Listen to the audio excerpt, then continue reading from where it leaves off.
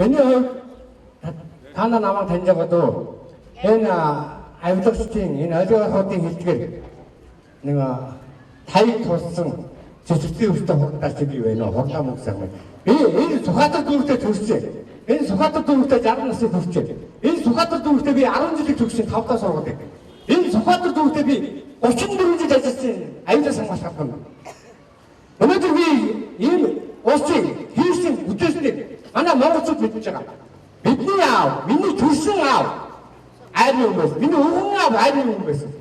Одоо энэ дотор бидний өвгөн, миний өвгөн насных, ялангуяа 50-аас 70 насных. Бидний аавуудын 70 жилийн хөдөлмөрийг 7 жилийн дотор устгаа ичсэн нөхдүүд ч юу. Одоо энэ нүхний бүгдээгээ биднээс 10 жилийн хугацааг олгож байгаа. Энэ нөхдөө энэ хөдөлмөрийг дэмжиж ураад. Надад хувийн юу ч байхгүй. Би бодож манай монголчууд бүгд босгохгүй, бүтгохгүй, сэрхгээ босгоо. За баярлалаа.